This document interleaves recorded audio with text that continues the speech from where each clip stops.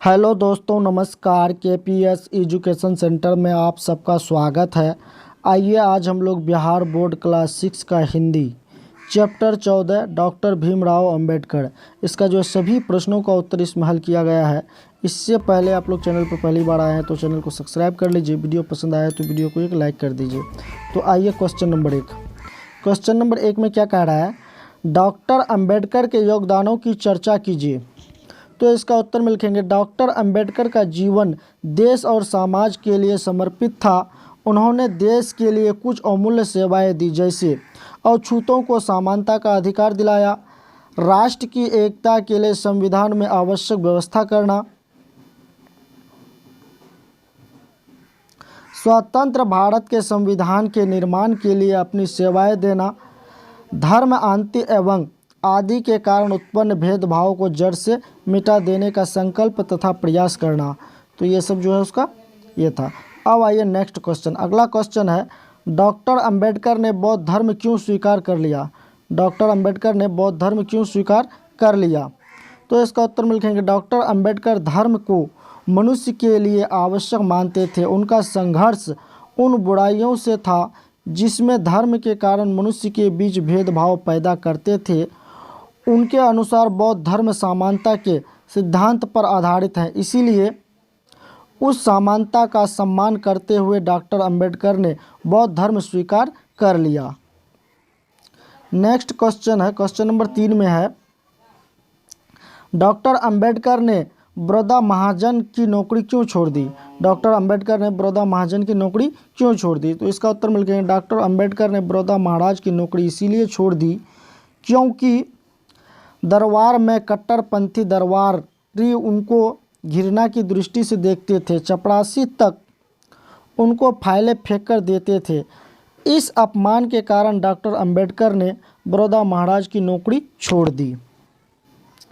अगला क्वेश्चन है, डॉक्टर अंबेडकर के विचारों से आप कहाँ तक सहमत हैं और क्यों? डॉक्टर अंबेडकर के विचारों से आप कहाँ तक सहमत हैं और क्यों?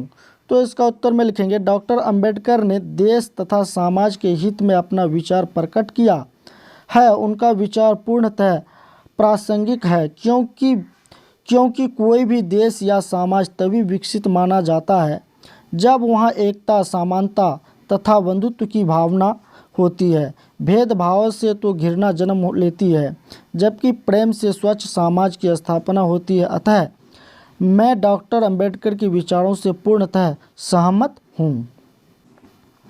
अगला क्वेश्चन है, क्वेश्चन नंबर 5 में कह रहा है, नीचे स्तंभ क में डॉक्टर भीमराव अंबेडकर के जीवन से जुड़ी कुछ प्रमुख घटनाओं का विवरण है तथा स्तंभ ख में उन घटनाओं के वर्ष दिए गए हैं। इन्हें सही क्रम में मिलान कीजिए। तो देखिए नीचे दिया हुआ है, उसको हम लोग यहाँ पर मिलाएंगे। देखिए स्तंभ क है, स्तंभ ख है, उसका जो है वर्ष मिलाना है। जैसे डॉक्टर भीमराव, जैसे है क में है डॉक्टर अंबेडकर का जन्म। डॉक्टर अंबेडकर का जन्म कब हुआ था? 1891 में। तो 1891 कहाँ है? 3 नंबर पर है, तो इस पर लाके मिला देंगे।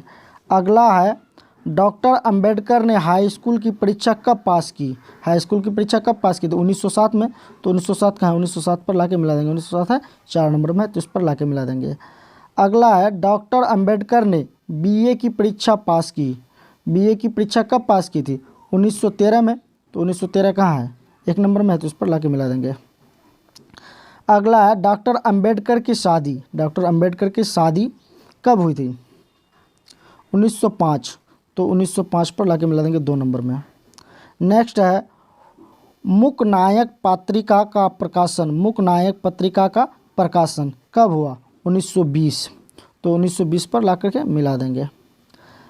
4 नंबर में डॉक्टर अंबेडकर की मृत्यु। डॉक्टर अंबेडकर की मृत्यु कब हुई? 1956 में। तो 1956 पर लाके मिला देंगे। तो इस तरह से इसको मिला देना है। अब आइए नेक्स्ट क्वेश्चन, पार्ट से आगे है। क्वेश्चन नंबर 1 में है, डॉक्टर अंबेडकर को भारतीय संविधान का जनक क्यों कहा जाता है?